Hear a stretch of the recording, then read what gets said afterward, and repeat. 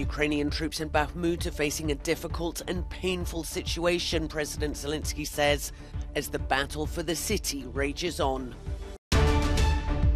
Tensions are high on the Serbia-Kosovo border, as Belgrade has placed its security troops on the full state of combat readiness. Whole American cities have been buried in snow after a nationwide winter storm batters the US, causing at least 50 deaths. Hundreds attend a silent march in Paris to honour the 3 Kurds shot dead on Friday, as prosecutors charge the suspect. As fierce fighting continues around the city of Bakhmut, Ukraine's frontline troops receive treatment at a local hospital.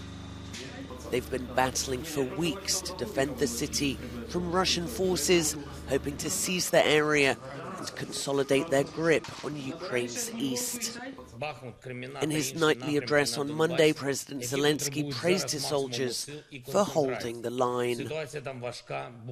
Bakhmut, Crimea and other areas in the Donbass now require maximum strength and concentration. The situation there is difficult, painful.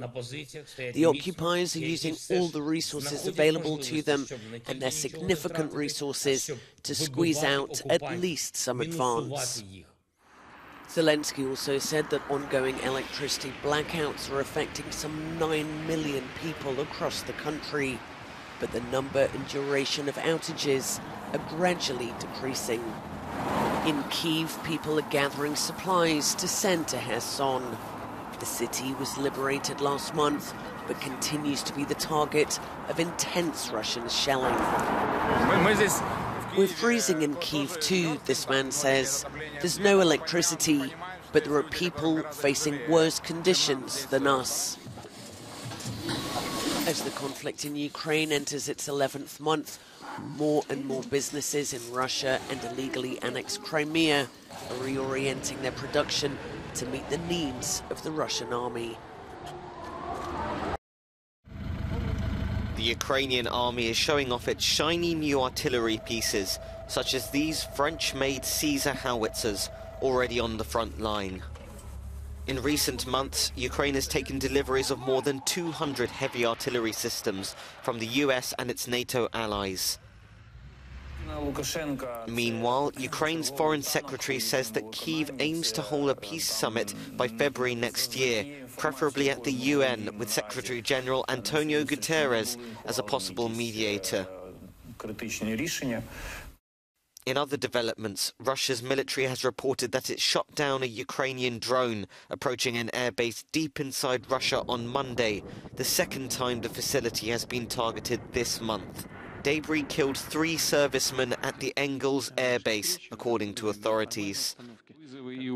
In an attempt to cement his military gains, President Vladimir Putin has approved the granting of passports to those in 4 partially occupied Ukrainian regions, illegally annexed by Moscow this year. Along with current military drills being held in Belarus, it's led to fears that the conflict could yet again get hotter this winter, despite the war going on for nearly a year now. Tensions have escalated on the Serbian-Kosovo border, as Belgrade's forces have been put on high alert. Serbia has also placed its police and other security units under the command of its army chief. There are mounting fears about the worsening relationship between the neighbors, as shootings, explosions, and roadblocks have all been reported over the past couple of weeks. I wish to inform you that we are indeed in a difficult situation. We will give our utmost. We will care about preserving peace and stability. And not only that, we care about protecting our people in the north of Kosovo and Metohija. After Kosovo, Albanians have been armed and raised their combat readiness. I will take all measures necessary to protect our nation, to protect Serbia. NATO and other members of the international community have called for the Balkan foes to avoid sparking more violence, as the alliance investigates a shooting over the weekend near its patrolling troops. The incident took place close to where ethnic Serbs in northern Kosovo have been creating roadblocks over the arrest of a former police officer suspected of terrorism. The relationship between the two countries have been on edge since November, when many members of Kosovo's ethnic Serb community walked out of their jobs in protest of a policy preventing them from using Serbian-issued license plates. Serbia does not recognize Kosovo's independence, leaving the issue a potential flashpoint of violence at a time when many other long-standing regional conflicts seem to be on the verge of erupting.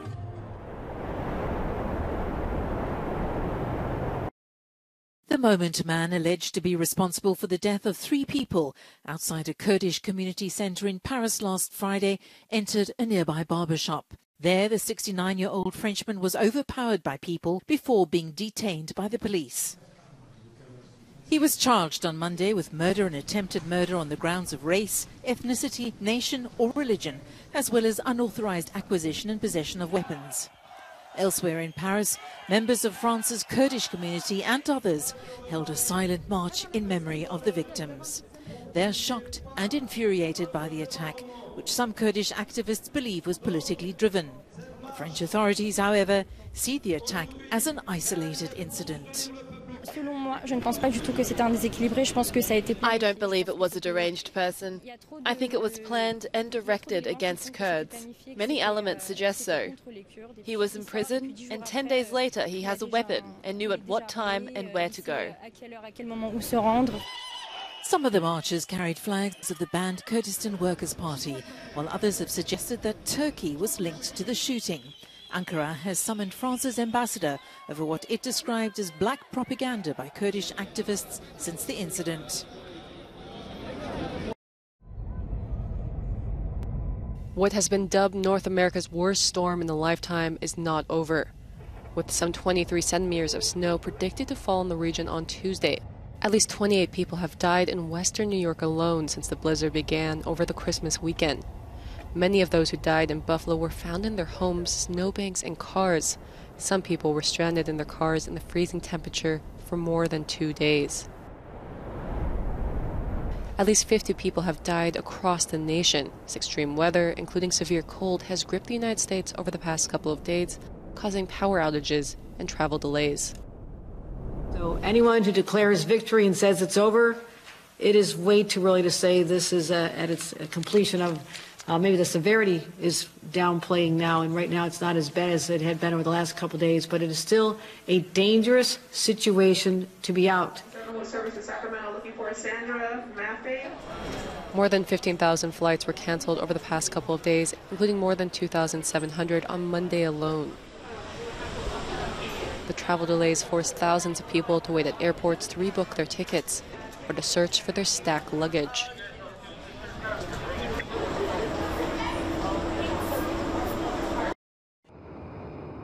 China will drop its COVID-19 quarantine requirement for passengers arriving from abroad beginning on the 8th of January. Currently, people must quarantine for 5 days in a hotel, followed by 3 days at home. It's the latest move in the relaxing of the vast system of coronavirus restrictions in the country, following rare public protests. However, people coming to China will still need a negative virus test 48 hours before their departure. South Korea has scrambled its air force and fired warning shots after 5 North Korean drones crossed over into its territory. The incursion comes amid increased tensions between the two countries, with the North having conducted an unprecedented number of missile tests this year. A spokesperson for the South Korean military says the drones were seen over the northern part of the country, and one reportedly flew near the capital, Seoul.